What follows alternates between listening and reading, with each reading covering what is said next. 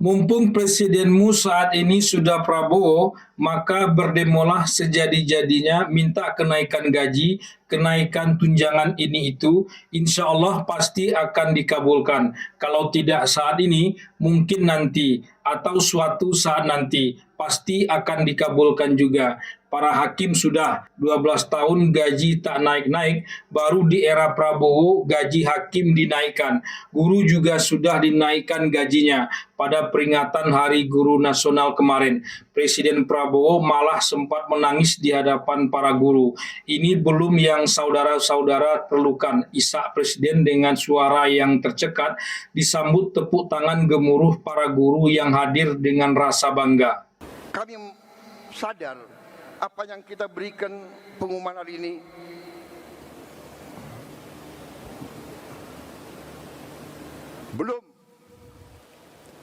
belum yang saudara-saudara perlukan. Tapi ini adalah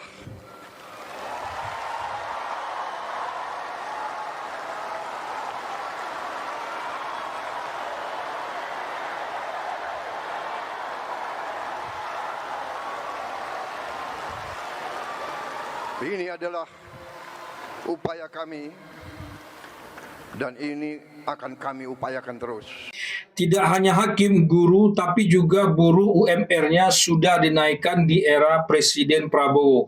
Soal kinerja, entahlah, mungkin sama saja. Kadang gaji satu hal, kinerja hal lain. Presiden Prabowo sempat pula kecewa hakim putuskan terdakwa koruptor ratusan triliun hanya 6,5 tahun penjara. Harusnya 50 tahun penjara. Tegas Presiden agak geram. Kini giliran dosen ASN di Kemendikti Saintek yang berdemo ria menuntut tunjangan dibayarkan sejak 2020 hingga 2024. Sudah selama itu Tukin tak dibayarkan, kok baru terfikir berdemo hari ini? Aneh juga, selama ini kemana saja? Ini semuanya kami menamakan dirinya ADAKSI ya, Aliansi Dosen ASN Kemendikti Saintek, dari Papua, dari Sabang sampai Merauke. Semuanya, ada perwakilannya, ada sekitar mungkin 300 orang ya di sini ya hadir, perwakilan semuanya itu ada, menuntut haknya. Jadi kaget semuanya. Kita diam itu bukan berarti kita nyaman, bukan berarti kita senang, tapi kami bertanya kenapa kami ini gaji rendah, kenapa pegawai bukan dosen dapat tukin, kita tidak dapat. Ternyata ada sebenarnya amanat undang-undang yang tidak dijalankan. Dosen ini ternyata tak hanya di Kemendikti Saintek dan Kemenak saja, tapi juga ada di Kemenkes, Kemendagri, dan juga di Kementerian Pariwisata dan Ekonomi Kreatif yang dulunya satu kini sudah dipecah. Dan yang berdemo hari ini adalah dosen yang berada di bawah langsung Kemendikti Saintek. Ini semestinya yang paling kandung, bukan yang tiri. Yang kandung justru diperlakukan seperti yang tiri. Yang tiri apakah sudah lebih baik? Entahlah. Soal gaji atau tukin apakah benar-benar pernah cukup? Tidak. Terlalu banyak ukuran-ukuran yang macam-macam ini, sehingga kalau ada perubahan tertentu repot kita ngitungnya. Saya maunya dari dulu udah dosen tuh satu gaji utuh satu udah gitu aja, gaji udah ya, kasih gaji aja udah.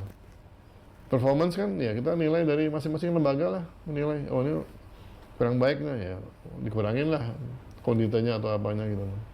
Karena kalau dipilah-pilah begini akibatnya kan banyak dosen yang ngejar jam ngajar. Akibatnya apa? Risetnya mungkin ditinggalkan misalnya supaya ngejar jam ngajar ini gitu kan. Padahal kan dosen ada yang senang ngajar, ada yang senang riset. Mau saya jangan dipakai pola seperti Tukin itu. Tukin cocoknya untuk mungkin di kementerian atau untuk buruh. Dosen kan bukan buruh. Iya betul. Dan dosen nggak bisa dihitung kerjaannya hanya dari jam 8 ke jam 5 loh. Saya dosen itu kerjanya 24 jam sebetulnya. Yang dihitung dengan jam itu. Iya, kalau Tukin pakai model jam kan. Isi ini, isi itu.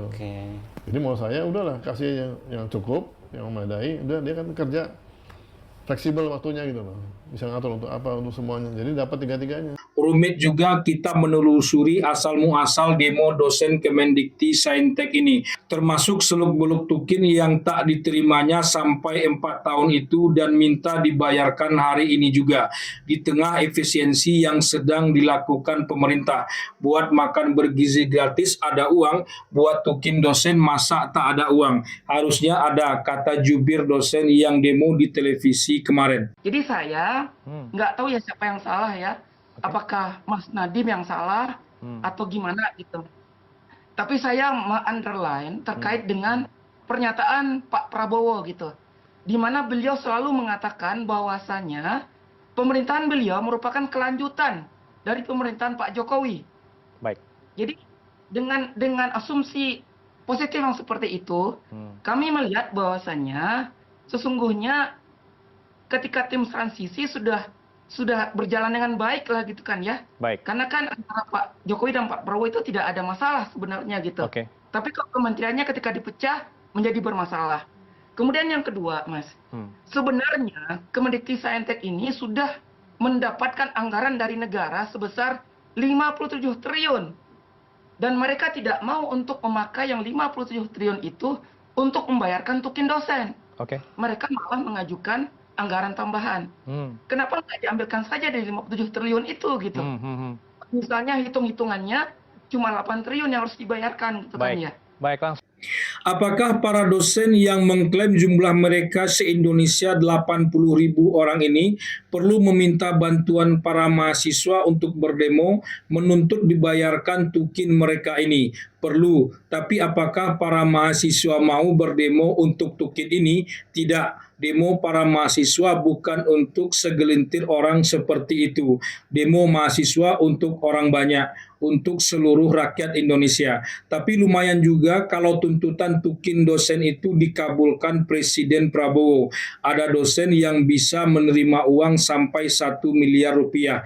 Itu bukan uang yang kecil tentu saja. Siapa pula yang tak mau berdemo untuk itu? Tapi katanya hidup para dosen kita itu sudah susah. Mereka berdemo ke Jakarta naik bis demi memperjuangkan apa yang diklaim sebagai hak mereka itu. Hak itu bukan tukin melainkan gaji, kata seorang pejabat senior di grup WA yang membahas masalah demo para dosen ini. Tukin itu sesuai dengan keuangan pemerintah. Kalau ada bersyukurlah, kalau tak ada mohon bersabar. Kalau ada pun tapi tak bisa dicairkan, ya apa boleh buat. Memang banyak sekali yang diurus oleh negara ini. Tapi tak bisa juga karena alasan keberlanjutan, kesalahan di masa lalu ditimpakan begitu saja di masa sekarang. Saya yakin juga para dosen ini bukanlah pemilih Prabowo dulunya. Giliran menuntut tukin dibayarkan, Jokowi dan Prabowo dibawa-bawa. Mestinya tak usah disebut, apalagi mempertaruhkan Indonesia Emas 2045 karena persoalan tukin semata ini. Mahasiswa berdemo, dosen mungkin bisa tetap kuliah. Karena tak semua mahasiswa yang ikut berdemo. Tapi kalau dosen yang berdemo, maka mahasiswa sudah pasti tak kuliah. Untuk mahasiswa ikut berdemo menuntut tukin dosennya dibayarkan, agak janggal juga. Apalagi kalau tuntutan dosen itu dikabulkan. Apa itu artinya ada jatah mahasiswa yang ikut berdemo itu juga di dalamnya. Memang agak dilematis juga jadinya, tak sekedar janggal. Di tengah ekonomi yang belum membaik, ikat pinggang dikencangkan, efisiensi diperas sedemikian rupa, apa dosen tak tahu uang 8 triliun yang dituntutnya itu bukanlah angka yang kecil.